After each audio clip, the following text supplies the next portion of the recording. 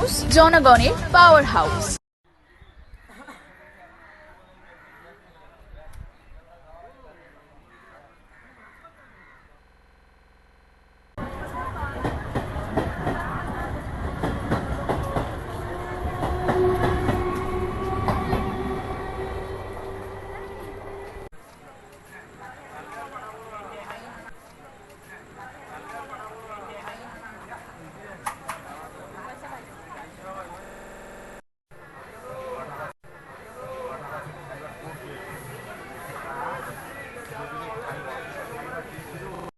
অচমকা তোমার অ্যাকাউন্টে 26,000 টাকা ঢুকেছে অনলাইনে।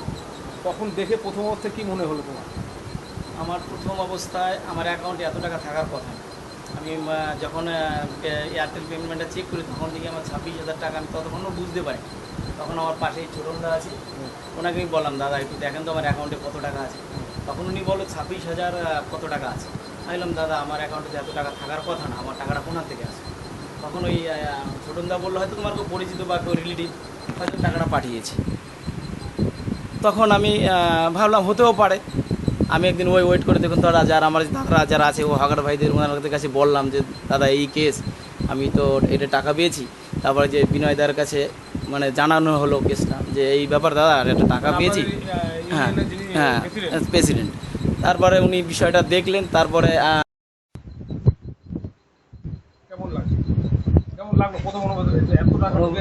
অনুভূতিটা বলতে আমি যখন ব্যালেন্স চেক করতে যাই তখন আমি দেখি আমার অ্যাকাউন্টে 26,000 কত টাকা আছে, 778 টাকা সামথিং। তখন আমি না বুঝতে পেরে আমাদের পাশে ছোটনদা আছে, ওনাকে দেখালাম। দেখানোর পরে উনি বলছে 26,000 টাকা আছে। আর তখন আমি ওনাকে বললাম যে দাদা এত টাকা তোমার থাকার কথা না অ্যাকাউন্টে, এত টাকা কোথা থেকে আসে। উনি বললো হয়তো তোমার হয়তো কেউ রিলেটিভ পাঠিয়েছে। আমি মনে করলাম হতেও পারে। তারপরে আর যারা আমার হকার ভাইদের জিজ্ঞেস করলাম যে এই টাকাটা কোথা থেকে আসলে, আমি তো জানি না। তখন বিনয়দের কাছে জিনিসটা জানালো আমাদের এখানে যে লাইনে যে সভাপতি আছে। তার উনি বললো ঠিক আছে ব্যাপারটা আমি দেখছি। দেখার পরে রাতে আমাকে তাপসদা রাতে ফোন করলো যে তোর অ্যাকাউন্টে 26,000 টাকা গেছে, কেউ পাঠিয়েছে। আর দেখো আমি তো বলতে পারি না কে পাঠিয়ে, কিন্তু 26,000 টাকা এসছে 5টা 18 নাগাদ, পরশু দিন হবে সম্ভবত। তারপরে আজকে এই অফিসে আসলাম। আসার পরে এই যে দিদিরা আছে, দিদির কাছে সেই টাকাটা আমি ট্রান্সফার করে দিয়ে দিলাম আজকে। এখন অনুভূতিটা খুবই মানে ভালো লাগছে। যার টাকা তাকে ফেরত দিতে পেরেছি, এটা খুব একটা আনন্দের বিষয় আমার। যারা আমরা হকার ভাই যারা আছি, আমার খুব অনেক ইয়ে থাকে, অভিযোগ থাকে। হ্যাঁ, আপনারা মানুষের সাথে ভালো ব্যবহার করে না, এরকম অনেক অভিযোগ থাকে। আজকে তো এই অভিযোগটা আপনি নস্বাত করলেন। কিন্তু ভালো কাজের কেমন লাগছে? এটা আমার খুবই ভালো লাগছে। এবং ভবিষ্যতে জানি হকারদের উপরে এরকম যে চিন্তাভাবনা না আসে যে এরা কোনো কিছু পেলে জানি না দেয়, এরকমটা অনেকে আছে, কিন্তু সেটা সম্পূর্ণ ভুল ধারণা। এই যে আজকে যেরকম 26,000 টাকা ওনাদের তুলে দিলাম, এছাড়া অনেক আরও ব্যাগ বা অনেক কিছু কিছু আমরা জিনিস পেয়েছি, সব আমরা রিটার্ন করে দিয়েছি। আমার নাম বিভাস ভক্ত, বাড়ি আমার চাঁদপাড়া ফুলসরা ঘরের মাঠে। মূল বিষয়টা হলো মানে এই সানডেতে আমি ডান্স ক্লাসের জন্য আমি যাই 12:47 ট্রেন হাবড়া লোকালে। ও তখন এই দাদা বিভাস দা ট্রেনে ওঠে হকারি করতে। তখন আমি ওনার থেকে স্কিনি আর একটা মাস্ক কিনি, টোটাল 90 টাকা।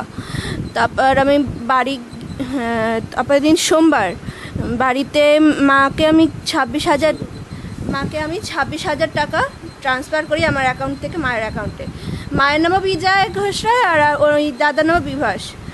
দুটো বি মিলিয়ে গেছিলো, ভুল করে মাকে ট্রান্সফার করতে গিয়ে এই দাদাকে আমি ভুল করে ট্রান্সফার করে দিয়েছিলাম 26,000 টাকা।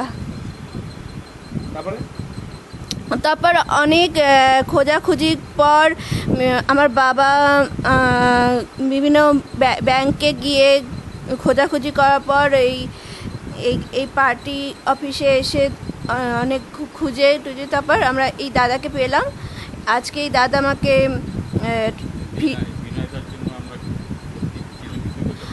আমি আজকে এই বিনয়দার জন্য বিনয় কাকুর জন্য সত্যি খুব কৃতজ্ঞ যে আমি আমার টাকাটা ফেরত পেয়েছি।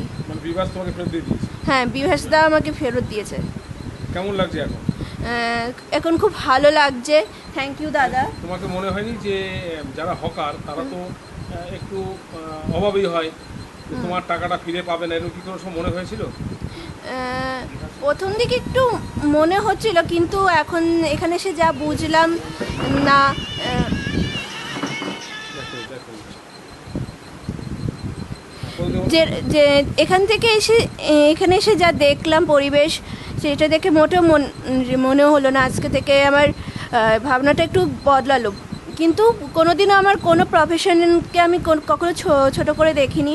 আমি আমি একজন ডান্স করি, আর তার সাথে আমি নাটকও করছি। আমি যেহেতু একজন অ্যাক্ট্রেস হতে চাই, তখন তাহলে আমাকে প্রত্যেকটা মানুষকে আমাকে অবজার্ভ করা দরকার আছে, প্রত্যেকটা মানুষকে বোঝা উচিত আছে। তোমার নাম? আমার নাম ঈশিতা ঘোষ রায়। কোথায় বাড়ি? আমার বাড়ি হাবড়া হিজলপুকুর। তোমরা কোথায়? হাবড়া হিজলপুকুর। পাশে থাকবো, অন্যায়ের বিরুদ্ধে প্রতিবাদ করবো। এই যে 26,000 টাকার যে একটা সমস্যা ছিল, একজন মানুষ 26,000 টাকা একজনকে ট্রান্সফার করেছে এবং আরেকজনের কাছে গেছে সে হকার, আপনি দায়িত্ব নিয়ে এই কাজটা করলেন, আপনার অনুভূতি কেমন লাগছে? আমার অনুভূতি হচ্ছে, বিষয়টা হচ্ছে আমাদের ইউনিয়নটা, আমাদের যারা সদস্য সবাইকে একটাই মন্ত্র দিয়ে আমরা সৎভাবে চলবো, সৎভাবে বাঁচবো, কোনো অন্যায়ের বিরুদ্ধে আমরা অন্যায়ের বিরুদ্ধে লড়বো। আমি যখন প্রথম দাদা আমাকে ফোন করেন, ওই ভদ্রলোক, আমি ওনাকে কথা দিয়েছিলাম যদি আমি চেষ্টা করবো আপনার যদি হার্ট অ্যান্ড সোল। কিন্তু আমি যখন আস্তে আস্তে ব্যাপারটা তদন্ত করলাম, জানতে পারলাম আমার যে ইউনিয়নের মেম্বার বিভাস ভক্ত, ও টাকাটা পেয়ে ও খুব টেনশনে পড়ে গেছিলো, ও সব বন্ধুদের কাছে শেয়ারও করেছে। তা যখন আমি তাপসকে ফোন করলাম, তাপস বললো দাদা এই কেস, বলে কালকে অবশ্যই ওকে নিয়ে চলে আয়। বললো দাদা ও মানসিকভাবে খুব ভেঙে পড়েছে, এতগুলো টাকা কি হবে। আর না, ও ভাঙার কিছু নেই, তুই নিয়ে আয়। যে ভদ্রলোক কথা বলেছেন আমার পরিচিত, ভীষণ ভালো লোক। তা আমি ফোন করার সাথে চলে এসছে। একটা জিনিস পরিষ্কার, হকাররা, অনেকের মনে চিন্তা ভাবনা যে হকার মানে কি একটা, কিন্তু আজকে দেখুন এই উদার মানসিকতা, এটা হকারদের দ্বারাই সম্ভব।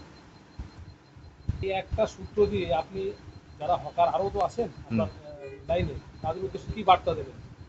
তাদের উদ্দেশ্যে একটাই বার্তা দেবো, সৎভাবে বাঁচো, সৎভাবে ইনকাম করো, সৎভাবে বাঁচার আলাদা আনন্দ। আর আমার নাম শ্রী বিনয় কুমার দাস, আমি ইস্টার্ন রেলে হকার্স ইউনিয়নের সভাপতি।